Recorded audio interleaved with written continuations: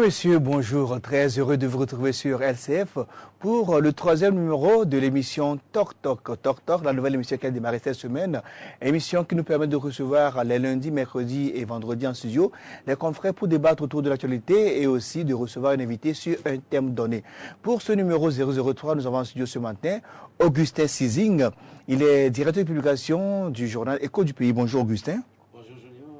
Bonjour à tous les téléspectateurs et téléspectatrices de LCF. Ok, merci d'être là. Nous avons encore notre second invité, journaliste ce matin. Il s'appelle Tchakala Aliru. Il est directeur de publication du Courrier de la République. Bonjour Tchakala. Oui, bonjour Junior et puis bonjour à toutes celles et tous ceux-là qui nous suivent en cet instant. Alors, mesdames, messieurs, avec nos deux invités, on va parler de la corruption au niveau de l'administration togolaise. On parlera également de la polémique qui est au niveau actuellement de la presse autour des voyages présidentiels. Et entre les autres positions, on va débattre du second tour de la présidentielle au Niger avec l'évacuation sanitaire de l'opposant Amadou. Comme invité ce matin, nous aurons en deuxième partie M. Assindo Mohamed Nourdine. Il est le directeur de l'audit interne et de l'anticorruption de l'OTR. Tout à l'heure, on va parler avec lui des cas de corruption au niveau de l'OTR. Avant toute chose, voici le jingle de la une des journaux.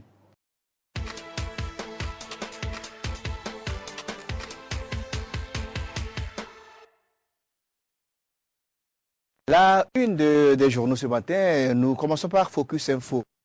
Focus Info du confrère Jean-Paul Agbo. Focus Info titre à sa une politique élection locale. Nouvelle axe de convergence pour l'opposition. C'est une interrogation bien sûr.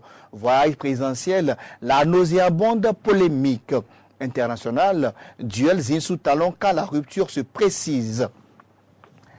Toujours à la une des journaux ce matin, nous avons la lanterne. Voici la lanterne. La lanterne qui titre vers la fin de l'impunité au Togo, quand les détournements de plus de 10 milliards de francs CFA de la CET s'efforcent à se transformer en victimes. Et si les écuries des sociétés d'État subissaient également un nettoyage?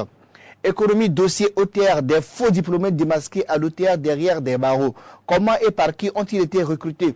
Le ministre Ayassor doit parler.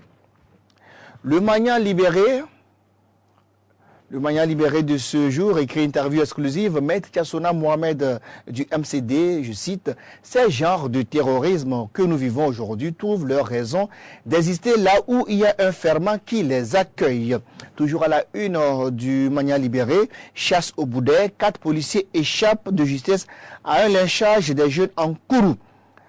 Lutte contre la corruption des faux diplômes, les ménages à l'OTR ne laissent pas les contribuables indifférents. Affaire Passeur et de commis, le procureur de la République donne des précisions. Écho du pays, la une d'Écho du pays, attentat terroriste en Afrique, la Côte d'Ivoire, nouvelle victime, les terroristes visiblement trop puissants, interrogation bien sûr à la une des Échos du pays. Élection présidentielle au Bénin, qui de Patrice Talon et de Lionel Zinsou succédera à Yahi Boni. Nous avons le changement aussi dans les kiosques aujourd'hui. Le changement qui titre Crise au quart, les traces laissées par Dr James Amagolo à sa dernière rencontre privée avec Maître Yaovi Agboibo. Pour la libération immédiate et sans condition de Passeur et de commis, la société civile se mobilise pour des actions d'envergure. Le perroquet de Germain Aïvi aussi dans les kiosques.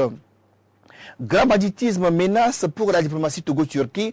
L'ancien Premier ministre Edem Kodo cité dans une haute affaire d'escroquerie. Élection présidentielle au Bénin, Patrice Talon en roue libre vers le fauteuil présidentiel. Et enfin, chronique de la semaine de Dominique Aliziou. Chronique de la semaine titre, le gouvernement part en guerre contre la corruption, des détournements de l'OTR et du ministère de la Santé démasqués. Débat stérile autour des voyages présidentiels associant les médias privés. Le journaliste Germain Aïvi s'attaque à son confrère Jean-Paul Agbo et Mme Victoire Tomega Dogbe. Nous aurons l'occasion d'en parler bien sûr dans cette émission. Eh bien, mesdames, c'est tout aujourd'hui pour, mesdames et messieurs, c'est tout aujourd'hui pour la une des journaux. Et on va se retrouver tout à l'heure en studio avec les confrères pour débattre du premier sujet.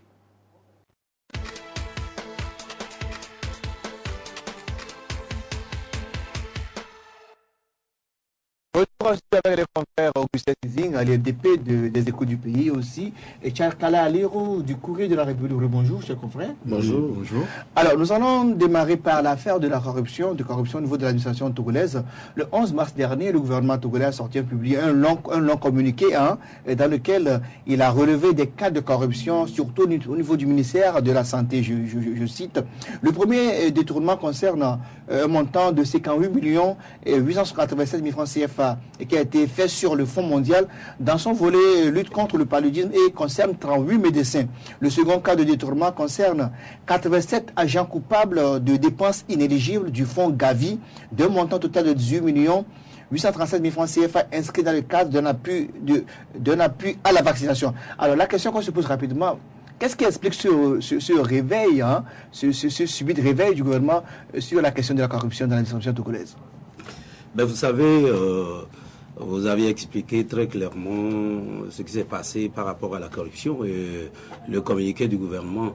L'on s'est posé la question de savoir qu'est-ce qui se faisait avant et qu'est-ce qui explique justement par rapport à votre question ce réveil donc du gouvernement au sujet de tout ce qui est en train d'être fait dans l'ombre. Mais vous savez, ça c'est une question qui recentre encore le débat autour de du travail que la presse fait. Vous savez, le travail que la presse fait est un travail d'éveil des consciences, un travail d'éveil qui amène la presse à, j'allais dire, amener l'État à regarder de près. Parce qu'en fait, vous savez, au niveau institutionnel, l'État togolais est plus ou moins un bon élève, parce que vous savez, nous avons la commission anticorruption, nous avons la Cour des comptes, nous avons la CENTIF, la cellule nationale de traitement de l'information financière, nous avons également, au niveau de l'Office togolais des recettes, une division chargée donc de faire en sorte que la corruption soit démasquée. Mais malgré tous ces éléments, ou bien tout cet arsenal institutionnel qui a été mis sur pied par l'État, le gouvernement notamment,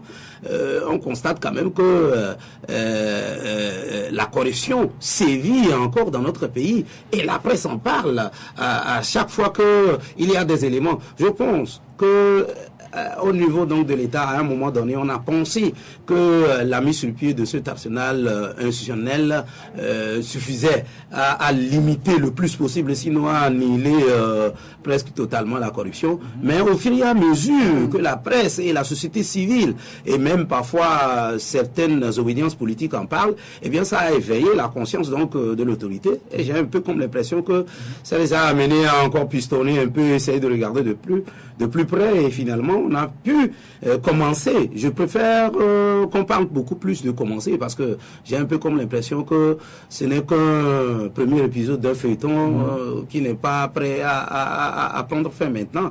Et ça ne fait que donner de la joie donc aux contribuables. Mais le souhait le plus ardent, c'est que dans ce processus qui permet au gouvernement de démasquer ceux-là qui sont des acteurs de corruption sur le terrain, parce que vous savez, avant qu'il y ait corruption, il y a corrupteurs et corrompus.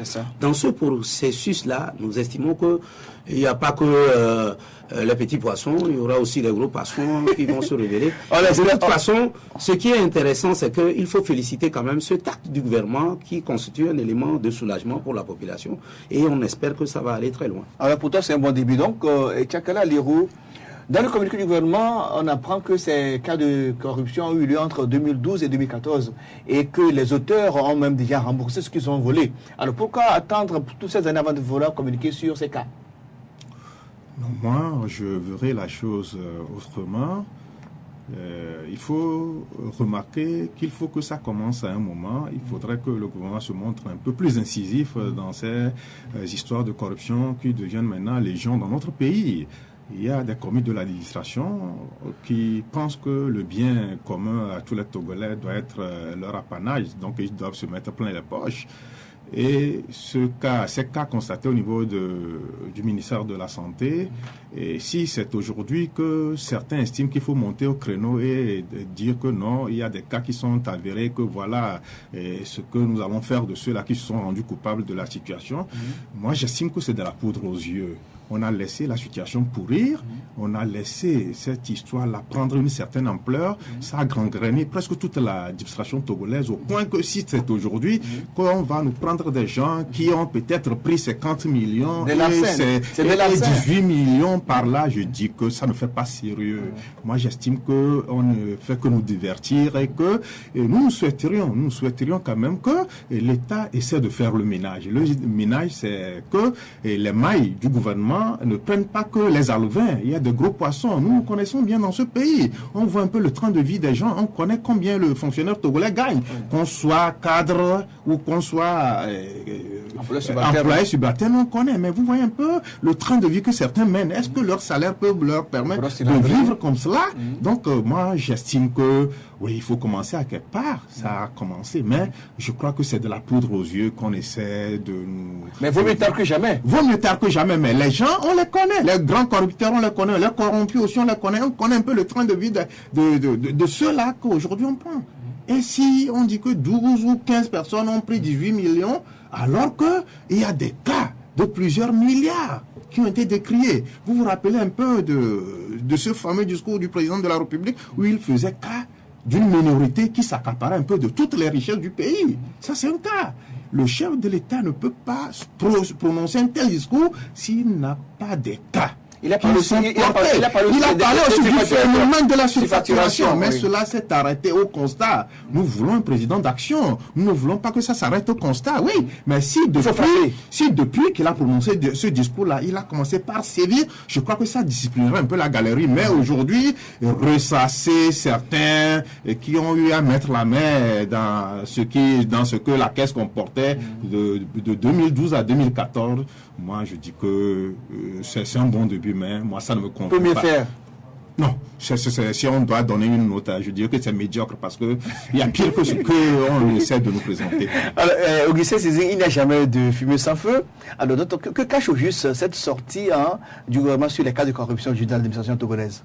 Mais vous savez, en fait, depuis un temps, vous savez, le gouvernement est inscrit dans un processus qui constitue à en faire davantage de charme à l'extérieur et au plan national aussi, à essayer de faire en sorte que l'image du pays soit davantage polie. Et donc, dans ce sens-là, vous savez que le gouvernement est inscrit dans un processus d'éligibilité au MCC. Vous savez que le gouvernement est inscrit aussi dans un processus qui voudrait qu'au niveau des instances de droits de l'homme à l'international aussi, on voit le Togo comme étant un pays qui est inscrit dans une logique de bonne gouvernance et de respect de l'état de droit. Et donc, dans tout cet arsenal-là, il y a quand même une certaine volonté, on le voit, et c'est pour cela je dis quand même que c'est bon, mais ça, il ne faut pas que ça reste au niveau institutionnel. Au niveau institutionnel, vous savez, nous sommes beaucoup plus un beau pays, un pays qui est respectueux d'un certain nombre de conventions internationalement qui ont été ratifiées par notre pays, comme par beaucoup d'autres pays qui se veulent des pays respectables. Mais ce qui est très intéressant, c'est que, Tchakra l'a dit, en fait, il faut passer à l'action. Il faut passer à l'action. Et je pense que il est très important que l'on comprenne ceci aussi. Vous savez, en fait, le peuple aussi vit de symboles. Vous savez, c'est cette symbolique qui voudrait quand même que l'État, à travers le gouvernement, prenne un acte majeur comme celui-là en décriant la corruption avec les éléments de corruption et ensuite les sommes qui ont été détournées et tout cela. Je pense que c'est quand même une symbolique très forte. Cependant, il faut qu'on quitte aussi la symbolique pour passer à l'action. C'est très important. Maintenant, au plan international aussi, les institutions internationales qui sont chargées de noter le Togo un peu partout, que ce soit Doing Business, que ce soit aussi au niveau du MCC et que ce soit aussi au niveau donc de Reporters sans frontières. Il tient compte de la lutte contre la corruption. De la lutte contre la corruption, des libertés publiques, de la liberté de la presse et de l'ancrage du Togo dans la démocratie et du respect des droits de l'homme. Mais on tient de plus en plus compte aussi de ce qui se passe au-delà du côté institutionnel de la chose, ce qui se passe sur le terrain. Parce qu'il y a des missions qui, de temps en temps, viennent dans notre pays pour faire des enquêtes et ça influe. Vous savez, même si nous gagnons de temps en temps certains points, c'est possible que si sur le terrain, nous faisons davantage mieux, on aurait pu gagner mieux que ça. Et donc, je pense qu'il est important qu'on puisse demander au gouvernement de continuer dans ce sens-là et de faire en sorte que les gens commencent à changer. Mais moi, je pense qu'au-delà donc du côté condamnation de cet acte de corruption ou de ces actes de corruption, il y a un côté éducation, un côté civisme de la chose. Parce qu'en fait, vous savez, la corruption, c'est un problème d'éducation à proprement parler. Vous savez, des gens, Jacques l'a dit, il y a des gens, on connaît à peu près ce qu'ils gagnent, mais ils ont un train de vie extraordinaire. Lorsqu'on fouille vraiment, il y a quand même anguille sous roche, et on sait quand même que ce n'est pas aussi normal. Mais dans la foulée aussi, au niveau du traitement de l'information, au niveau de la presse, il est important aussi que nous essayons de faire des véritables investigations. Parce que parfois, il y a l'image d'une situation qui donne l'impression d'être une situation de corruption sans en être une. Il faut qu'on fasse l'investigation pour ne pas exposer l'image de certaines personnes en pâture qui ne sont pas véritablement des corrupteurs ni des corrompus. Mais que la presse s'engage à faire des investigations et quand il y a des éléments d'information, que nous ne fassions pas, j'allais dire, un peu de chantage contre je ne sais quoi, mais qu'on publie les informations à proprement parler, parce que nous sommes aussi, j'allais dire, les sentinelles qui sont là pour éveiller la conscience du peuple togolais et des dirigeants et faire en sorte que nous puissions aller dans un sens positif pour notre pays. Nous allons passer rapidement au second sujet de cette émission. Mesdames, Messieurs, nous sommes dans Tok Tok, le numéro 003. En studio, nous avons Augustin Sizing des Échos du Pays et aussi Tchakala Alero du Courrier de la République. Nous profitons pour annoncer à tous ceux qui aimeraient mettre la publicité sur cette émission que c'est possible. Il y a la possibilité de soutenir cette émission à travers vos annonces publicitaires. Et donc, il suffit de contacter le service commercial de LCF et vous êtes servi. Le second sujet, c'est la polémique au sein, au niveau de la presse, autour des voyages présidentiels. Que se passe-t-il? Les journalistes se font la guerre autour des voyages présidentiels. Il y a du miel là-bas? Mais tout à l'heure, vous savez, les mouches s'agglutinent sur ce qui est pourri, sur ce qui est faisandé. Et moi, je crois que si certains confrères ont estimé mettre à la place publique le débat, c'est que quelque part, il y a certaines frustrations que certains ont comprimées en eux et qu'aujourd'hui, à bout de tout comprimer, ils sont obligés de s'éclater. Vous savez, ces voyages présidentiels, c'est toute une nébuleuse, je le dis haut et fort, et moi, j'ai essayé de voir un peu et de savoir quels sont les critères qui sous-tendent quand même le fait qu'on porte les choix sur certains confrères pour accompagner le chef de l'État dans ses voyages. Mais j'ai cherché, mais je n'ai pas trouvé, parce que je n'en ai pas trouvé. Je ne sais pas s'il faut respecter certains critères qu'on masque à certains. Il faut approcher le service, la cellule de communication de la présidence, par exemple. Vous savez, si on doit avoir un répertoire de tous les journalistes opérant dans le privé, on aura plus d'une centaine. Et moi, personnellement, je n'ai jamais voyagé et je ne me suis jamais plaint. Pourquoi? Je me dis que peut-être les critères qui sous-tendent cela, peut-être que je ne les respecte pas. Mais si aujourd'hui, tant est qu'on voudrait quand même que on donne cette opportunité à certains journalistes de la presse privée pour toucher du doigt ce qui se fait quand le chef de l'État voit, je crois que ça ne doit pas être exclusif. Ça doit être quelque chose d'inclusif. Non, mais c'est ce caractère exclusif-là qui fait que nous, on est en droit de nous interroger, mais qu'est-ce qui se passe et que nous ne sommes pas au courant. Vous voyez, c'est la même qui voyagent, on ne les envie pas du tout. Mais est-ce que ces gens-là, c'est toujours eux qui respectent les critères qui sont de mise pour qu'ils voyagent, qu'ils soient de tous les voyages tout le temps? Mais on s'est interrogé, on n'a pas trouvé les réponses qu'il nous faut, on n'a pas trouvé satisfaction. Et si aujourd'hui... il fallait passer sur la place publique? Absolument, parce que certains ont estimé qu'il faut mettre les ressentiments à la place publique pour que... Bon, mais je crois que ça a un peu desservi la chose. Si aujourd'hui il y avait un planning qui dit que mais à tel voyage, c'est tel qui doit aller, et puis avec des dates précises, là... on ne se ferait pas de soucis. Si vous venez, si le choix est porté sur vous que votre voyage c'est à Accra, vous le ferez de bon cœur. Si ça arrive que c'est mon confrère Augustin Sizing qui doit aller au Canada, c'est la date. Il n'est pas dans les secrets de la présidence pour savoir que non. Et c'est parce qu'on sait que c'est à telle date que Augustin sur le Canada que Augustin a été programmé. Donc on le ferait sans état d'âme aujourd'hui. Mais ce qui est un peu frustrant, je n'ai jamais appris que Et quand on fait les salaires des agents de l'État, on essaie de mettre le distinguo que non, aujourd'hui, ce mois-là, c'est les journalistes, c'est les fonctionnaires proches du pouvoir qui doivent avoir leur salaire. Si tant est que, et certains, d'après ce que j'ai lu, il paraît que quand vous êtes trop critique à l'endroit du pouvoir, vous êtes d'ores et déjà écarté du pouvoir. Là, si c'est ça, c'est extrêmement grave. Bon, le président de la République, c'est le président à nous tous. Oui. C'est notre papa à nous tous. Que nous sommes ses enfants et il doit nous accepter tels que nous sommes. Malgré les critiques. Malgré les critiques qu'on nous fait. Donc, si aujourd'hui les gens mettent ça sur la place publique, je crois que ils se doivent de réparer ça et que de permettre à tous les confrères de voyager. Mais si on m'approche et que je décline l'offre là, ça se passe de commentaires. Il y a plein de confrères qui déclinent l'offre. Il y en a plein qui ont souvent décliné. Oui, ça se passe de commentaires. Mais quand certains n'ont jamais été touchés, moi je n'ai jamais été approché pour du don. Je crois qu'il faut réparer ça. Ça dessert un peu. C'est vrai qu'on nous suit à la présidence, c'est que peut-être après l'émission, on fera signer à Tchakala Léo pour le prochain voyage. Non, c'est pas un clin d'œil que je suis en train de faire. Non, tu es sincère. Tu es sincère. Alors, Augustin, tu sais comment se fait les choix des journalistes pour voyager avec le chef de l'État? Vous savez, je ne suis pas du service de communication de la présidence de la République. Vous savez, la problématique autour des critères de choix des journalistes pour le voyage avec le chef de l'État, c'est un débat beaucoup plus profond, mais un débat aussi qui ne méritait pas en principe qu'on l'étale à la place publique. Maintenant, bon, dès lors qu'on l'a étalé à la place publique, je pense que moi je peux intervenir. Je peux intervenir sans véritable langue de bois. Mais je vais dire que bon, c'est vrai, il y a certains qui voyagent plus que d'autres. Ça, ce n'est pas un secret. Il y a certains qui voyagent plus que d'autres. Maintenant, ce que je veux dire, c'est quoi? C'est-à-dire que, en fait, les critères de choix pour accompagner le chef de l'État dans les voyages officiels, c'est quoi? Je ne sais pas, mais je me dis ceci.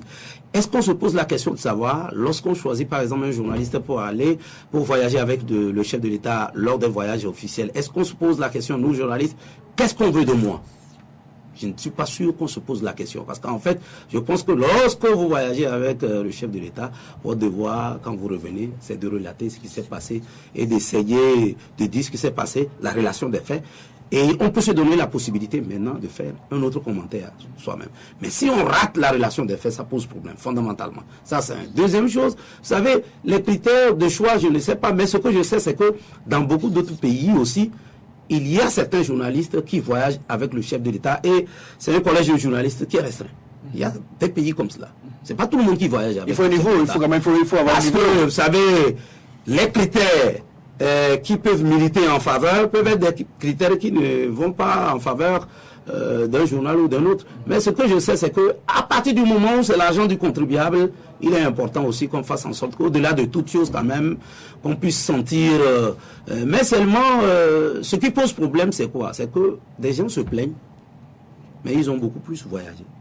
Ou d'autres même ont voyagé quelquefois. Tchakala vient de le dire tout de suite. Moi, je viens voyager avec le chef de l'État. Quelquefois, si je ne m'en plus, je pense que ça doit être 2 fois. Mais je ne m'en plains pas. Des gens ont voyagé peut-être 5, 7, 10 fois. C'est pas la fin du monde. C'est-à-dire que il y a des critères à la présidence de la République pour faire le choix des journalistes. Mais si on ne vous choisit pas, tout le monde ne peut pas. On ne peut pas dire sur 100 journalistes, on va faire une rotation du 1er jusqu'au 100e.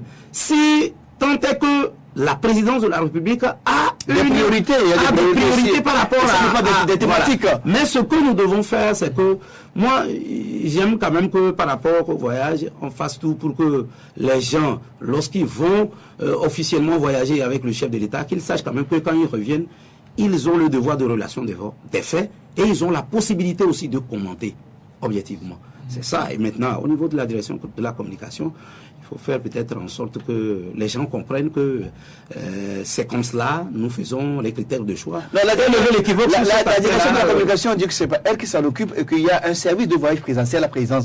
Et surtout, c'est le chef de l'État lui-même qui désigne les journalistes pour tel voyage, je veux le faire accompagner par tel journaliste.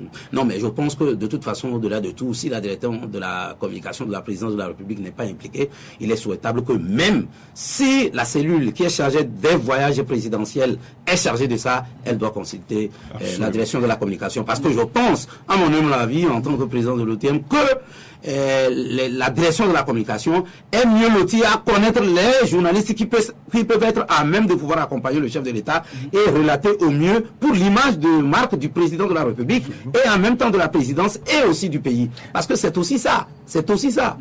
C'est aussi ça, c'est important. Il y a certains journalistes qui, de par le passé, ont été associés au voyage présidentiel et qui se sont mal comportés. Et ça aussi, c'est l'une des raisons pour lesquelles ils sont plus invités.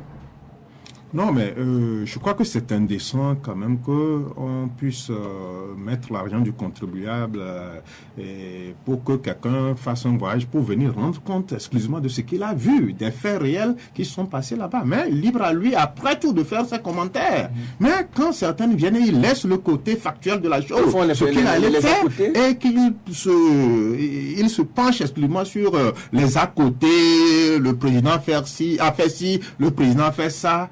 La délégation proche du président, mais non, je crois que c'est indécent. C'est pas pour cette raison qu'ils sont allés. Je crois que le fait de verser dans du sensationnel, ça vient quand même compromettre un peu ce pourquoi on a effectué ce voyage. Donc, je crois qu'il appartiendra à ceux-là qui organisent quand même ces voyages présidentiels-là de prendre leurs responsabilités face à ces cas-là qui ont quand même terni un peu cette volonté-là d'élargir l'éventail pour que beaucoup y a. Mais certains ont fait de grands voyages, mais ils sont venus, ils n'ont pas rendu compte comme il se doit. Là, je crois que ils sont restés aux à côté.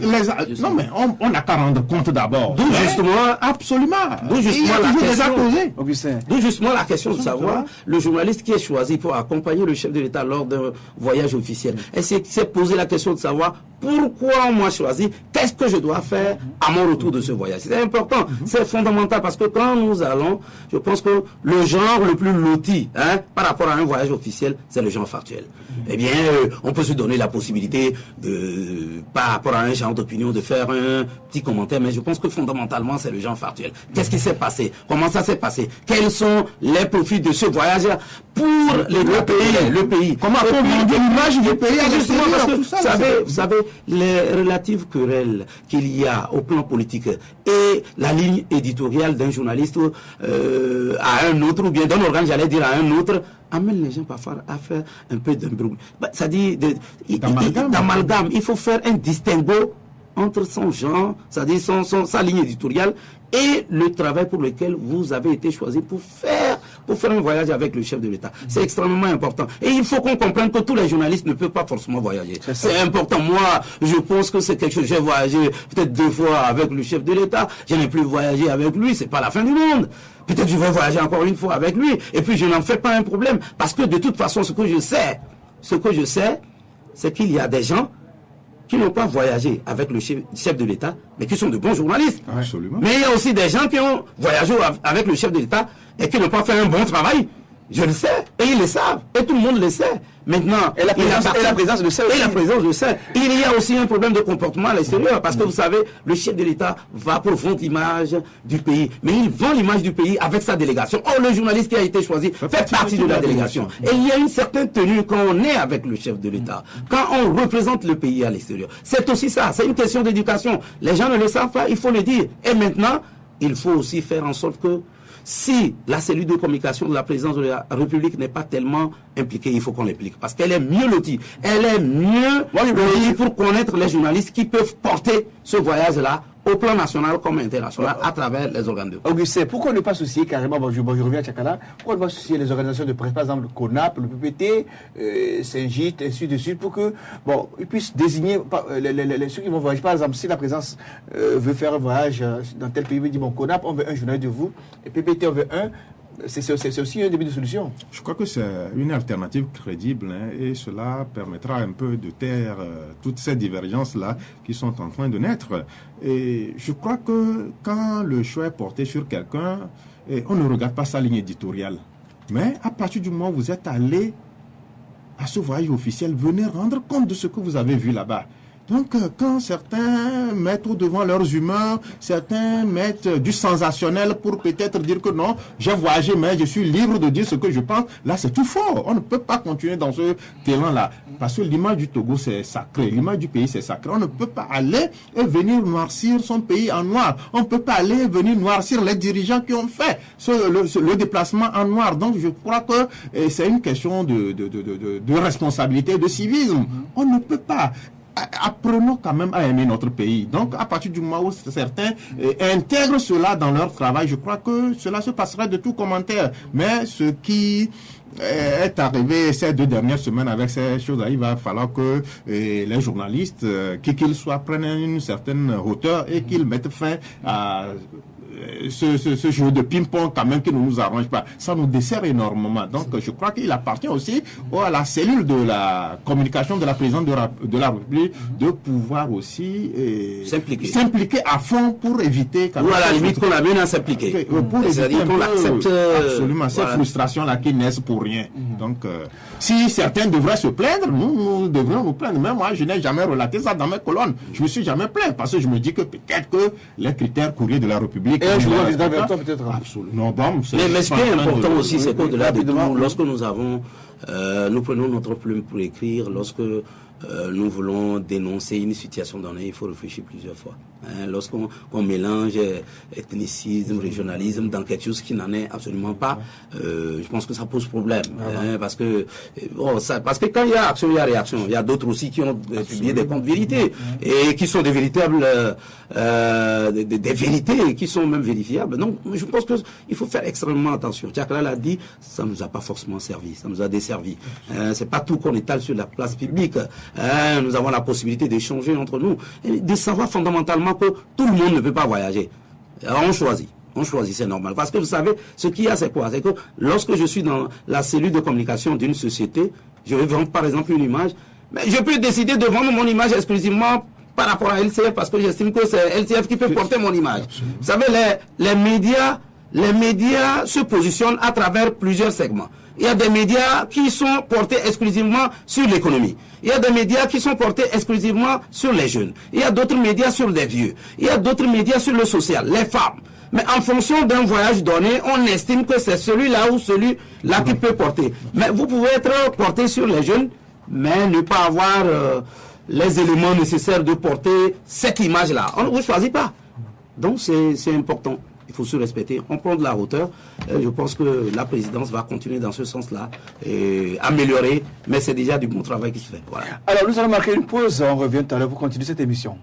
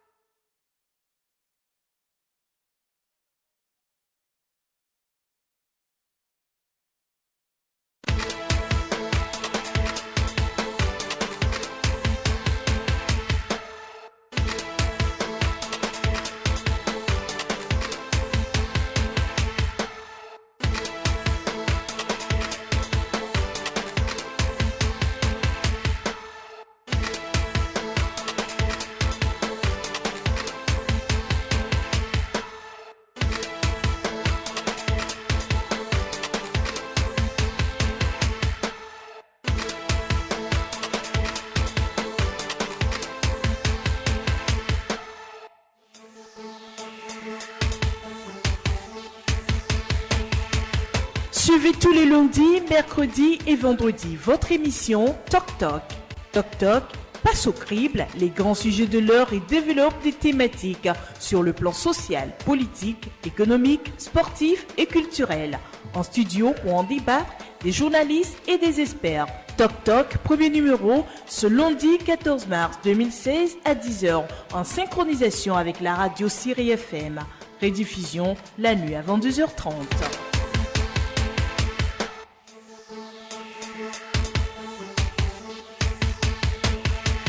Suivez tous les lundis, mercredis et vendredis votre émission Toc Toc. Toc Toc passe au crible les grands sujets de l'heure et développe des thématiques sur le plan social, politique, économique, sportif et culturel.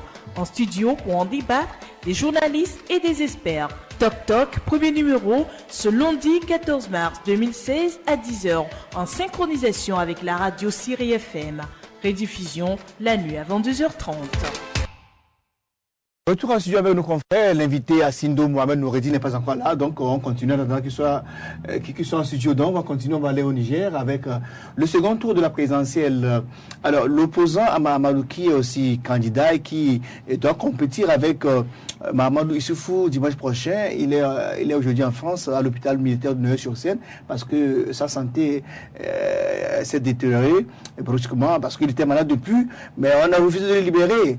Et alors, quelle légitimité le candidat, bien le président sortant, Mahamadou Issoufou, va tirer d'une telle élection où il se retrouve seul?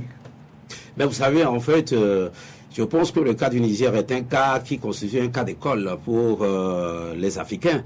Vous savez, c'est quand même honteux que quelqu'un contre qui on a mené une véritable action pour l'arrêter, on l'a arrêté après... et qu'on fasse quand même, que quelqu'un fasse campagne depuis la prison et qu'il soit quand même celui-là qui est le deuxième à l'issue donc du premier tour et qu'il soit donc au deuxième tour avec le président sortant Mahamadou. Je pense que c'est fondamentalement un signal. Hein. Vous savez que même au Bénin, c'est pratiquement la même chose. Et ça veut dire qu'en fait, toute action contre une personne... parfois même se retourne contre soi-même comme un boomerang. Hein, parce qu'au fait, au Niger, les gens avaient pensé à tout, mais ils n'étaient pas sûrs que ça devait se passer comme ça. Le gars, il était en prison. Maintenant, la légitimité même du président sortant, parce que finalement, il va au deuxième tour avec quelqu'un qui est sur le lit, hein, qui n'est même pas au pays, qui est en France pour se faire traiter, ça pose fondamentalement un problème. À la limite, si la COPA, la coalition de l'opposition au Niger, n'avait pas décidé donc de quitter le processus électoral, on allait donner un grain de grande crédibilité à cette élection pour ce deuxième tour. Mais le fait que la COPA, la coalition de l'opposition, sorte du processus électoral et que même celui-là même qui doit être le challenger ne soit pas au pays et qu'il soit sur le lit pour peut-être même battre campagne, ma foi, ça pose véritablement un problème. Et donc c'est un boulevard. Quelle élégance, hein, mais en réalité aussi, dans les calculs, si le candidat de l'opposition n'était pas malade, je pense que l'opposition aussi, c'est vrai, en tenant compte de certains éléments qu'elle pense être des éléments d'irrégularité qui concourent à donner peut-être gagnant le président sortant, j'ai un peu comme l'impression que même la stratégie allait desservir aussi l'opposition. Parce qu'en fait, la politique de retrait... On dirait que le président sortant a peur de Mahamadou. Mais visiblement, ce qui s'est passé pour quelqu'un qui est en prison et qui est au deuxième tour avec lui, il a pensé à tous les schémas sans cela, parce que en le mettant en prison, j'ai un peu... Il voulait faire le chaos, mais ça n'a pas marché. Le chaos n'a pas pu passer et il est obligé d'aller au deuxième tour. Mais je pense que maintenant, le boulevard est totalement tracé pour le président sortant pour être gagnant, mais il va être élu avec un grain... des situations avec peu de légitimité. Peu de gloire. Un peu de gloire, oui. Alors, Léo Tchakala, vous le voyez, on dirait que le parti au pouvoir a tout fait pour que l'opposition ne puisse pas, puisque l'opposition ne puisse pas battre campagne, pour qu'on n'y ait pas une élection libre, démocratique et transparente. Non, la politique, c'est un terrain sur lequel tous les coups sont permis.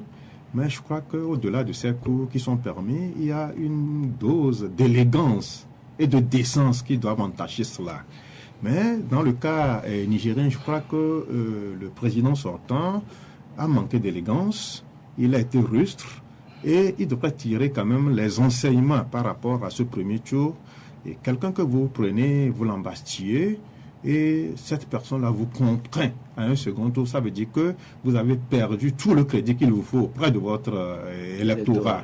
Donc, ça veut dire que les 5 ans que vous aviez passé à la tête du pays, et vous n'avez pas su créer et allumer cette étincelle-là dans les cœurs de ceux-là que vous aviez dirigés, de vos administrés. Donc, je crois que il devrait quand même prendre cela comme un désaveu. Mais aujourd'hui, c'est vrai, il a tout fait. Il a sorti l'altérure lourde pour museler celui-là qui lui donne tous les cauchemars, Amadou. Mais il faut aussi un grain d'humanisme. Le monsieur était malade. Les médecins soignés sont allés dire que son cas est en train de s'aggraver. Et ils ont même enfermé un des médecins. Absolument, parce qu'il est sorti quand même. On doit faire la politique, c'est vrai. Tous les coups sont permis, mais il faut un peu d'humanisme. On doit le faire avec du cœur. Aujourd'hui, parce que sachant que la situation est complètement pourrie, on dépêche un avion militaire, chose médicalisée, pour qu'on puisse l'évacuer. Mais je crois qu'aujourd'hui, les Nigériens doivent comprendre que celui-là qui est en train de solliciter leur suffrage, celui-là qui est en train de vouloir rempiler, n'est pas un monsieur qui joue au sentiment. C'est pas un monsieur qui est sensible face à ce que l'autre ressent. Donc, je crois qu'au premier tour, on avait essayé de jouer pour que cette histoire de un coup KO prévale. Mais à partir du moment où les calculs ne tombaient pas, on a voulu passer en force. Mais malheureusement pour le camp présidentiel, l'opposition veillait au grand. Donc aujourd'hui, par rapport à ce second tour, je crois que l'opposition a toutes ses chances à faire valoir. Mais devant la témérité, le caractère de jusqu'au boutisme du président actuel, je crois que on peut dire que les dés sont pipés pour l'opposition. Il fera tout pour empiler, peu importe la manière. Donc je crois que c'est à cette allure que ce deuxième tour-là va se tenir. Mais je crois qu'en politique, il faut un peu d'humanisme. Il faut un peu d'humanisme. Il faut le faire avec du cœur et non se comporter en un diable insensible, impassible. Donc, je crois que ce monsieur va gagner. Mais il en aura pour 5 années encore, mais le prix à payer quand même n'était pas du tout Mais l'enjeu réel de cette élection aujourd'hui, c'est la participation, parce qu'aujourd'hui, l'opposition appelle au boycott. L'opposition appelle la population à ignorer même le vote dimanche prochain. Et donc c'est sûr, de toute participation qu'on va juger la crédibilité de l'élection finalement. Non, mais je crois que l'élan, la dynamique actuelle, et l'autre là, le président sortant ne voudra pas la briser. Il ira jusqu'au bout. Que l'opposition participe ou pas, vous voyez, le score, le taux de participation peut être de 10%. Ce monsieur sortira que non, moi j'ai gagné la présidentielle. Donc c'est ça. Il veut rempiler pour un nouveau quinquennat. Là, je crois que rien ne pourra l'arrêter. Donc cette dynamique-là, je crois que il s'est inscrit là-dedans. Et on peut crier, le peuple nigérien, l'opposition peut faire un peu des siennes, mais ce monsieur ira au bout. Le bout, c'est la préservation de son petit fauteuil. Mais est-ce que cette légitimité-là, est-ce qu'il peut l'avoir auprès des siens? C'est ça qui va le plus manquer. Et je crois qu'au regard de ce que nous constatons un peu partout, alors que le Niger est un pays hautement sensible, avec des attaques qui se perpètrent de part et d'autre, est-ce qu'il n'est pas en train d'ouvrir la brèche pour que ces fous là puissent aussi profiter de la situation qui prévaudra dans le pays là pour peut-être porter l'estocade au Niger, l'un des pays les plus pauvres de la planète. Là, c'est l'autre interrogation qu'il faut aussi relever. L'opposition propose une sortie de crise. L'opposition demande qu'on instaure aujourd'hui une transition démocratique qui va déboucher sur de nouvelles élections. Mais en fait, j'ai un peu l'impression que nous sommes bien partis pour avoir une situation de crise pour les 5 prochaines années au Niger. Parce qu'en fait, on est dans une situation où les deux camps n'ont pas la même conception de la façon dont il faut gérer les 5 prochaines années. En fait, comme l'a dit Tchakala, je pense que Mamadou Issoufou est dans une logique de jusqu'au boutisme. D'accord? Il sera jusqu'au boutiste. Il va aller jusqu'au bout, il va conserver son quitte à cogner le mur. Ouais, quitte à cogner le mur. J'espère qu'il n'est pas piron. Maintenant, le problème c'est quoi? C'est que l'opposition est dans une logique, qu'il le veuille ou non. Et ça, c'est important que l'on le sache maintenant. On n'est plus aujourd'hui dans des situations où on peut gouverner de façon totalitaire. On est dans une situation où même quand il y a une opposition, de temps en temps, nous avons le devoir de faire en sorte qu'il y ait de temps en temps des dialogues, de sorte à faire en sorte que il y ait une certaine paix sociale au niveau du pays. Parce que au niveau du Niger, le problème, c'est que vous savez que c'est un pays qui est sous la menace du djihadisme. Et ce pays-là est dans un carrefour extrêmement sensible. Si, au niveau national, il n'y a pas une certaine cohésion qui permet de créer un bloc ensemble contre l'ennemi commun, et qu'au niveau national, il y a encore une scission, je pense que ça risque d'être une porte d'entrée qui va ouvrir un véritable boulevard. Parce que vous savez, quand les gens ne sont pas contents, les gens peuvent céder à tout. Vous savez, ils peuvent céder à tout. Du fait de ne pas être contents du jusqu'au-boutisme de Mamadou Issoufou, les gens peuvent se laisser aller à un certain comportement qui équivaudrait peut-être à un soutien indirect à quelque chose qu'eux-mêmes ont décrié hier. Vous savez, c'est aussi ça l'homme. Et donc je pense que pour un homme de la République comme Mamadou Issoufou, il est important que le président sortant puisse prendre la hauteur. Même s'il gagne et qu'il refuse même la transition, il faut trouver un moyen de créer un véritable dialogue avec l'opposition. Sinon, ça risque d'être extrêmement difficile de gérer. Et ça risque de créer de véritables portes d'entrée à des attaques djihadistes et autres. Que dire du silence de la communauté internationale, notamment la CEDEAO et l'Union africaine? Ils sont là, mais ils disent rien. C'est ça qui choque le plus. Cette institution sous-régionale souvent adore jouer aux médecins après la mort. Aux médecins après la mort. C'est le caractère choquant. Vous avez vu un peu ce qui avait prévalu chez le voisin du Nord, au Burkina. Et c'était le caractère attentiste de la CEDEAO qui avait entre-temps voulu faire fermenter la situation. Heureusement que la jeunesse burkinabé, la population a tenu jusqu'au bout. Sinon, si ça ne tenait qu'à cette institution sous-régionale, les choses pourriront et que, bon, peut-être qu'aujourd'hui, ça serait une situation irrécupérable au niveau du Burkina. Mais ce qui se passe au Niger, je crois que certains se sont imposés un silence.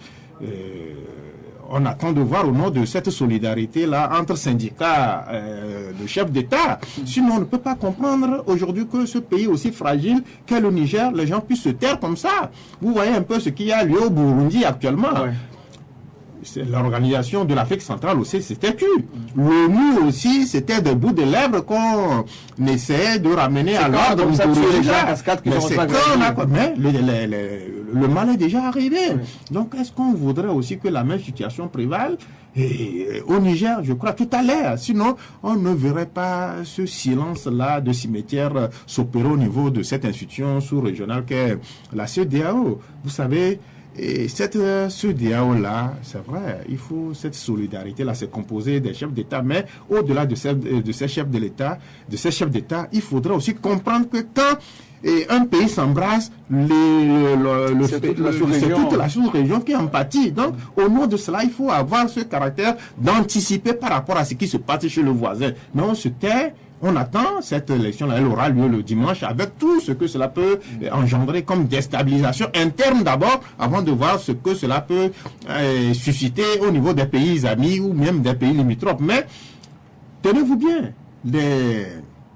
les observateurs aussi sont là. Ils ne disent rien de la situation. L'ONU est là. Elle ne dit rien. La CEDEAO, même l'instance, le tout petit regroupement, le mois, on ne dit rien aussi là-dedans. Donc, c'est comme on se nourrit de ces instants d'incertitude avant de rebondir. Je ne sais pas. Sinon, aucune raison valable. Le bon sens et la raison ne voudraient pas quand même qu'on laisse la situation pourrir avant d'aller jouer aux sapeurs-pompiers. C'est indécent. Et cela pose un peu le problème de cette solidarité entre ce syndicat des chefs d'État qui se soutiennent même dans le mal. C'est ça le drame. L'émission va s'achever dans 10 minutes. Notre invité est M. Hassindo Mohamed Nourdine de l'UTR. On ne l'a pas toujours en studio et tarde à se signaler. Nous, on va poursuivre, on va au Bénin, on va parler de la présidentielle au Bénin.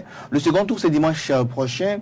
Le face-à-face Talon-Zissou aura bel et bien lieu. Hier, je ne sais pas si vous l'avez suivi, le grand débat entre les deux candidats. Vous avez suivi le débat? Je pense que le débat illustre beaucoup de choses, qu'on le veuille ou non.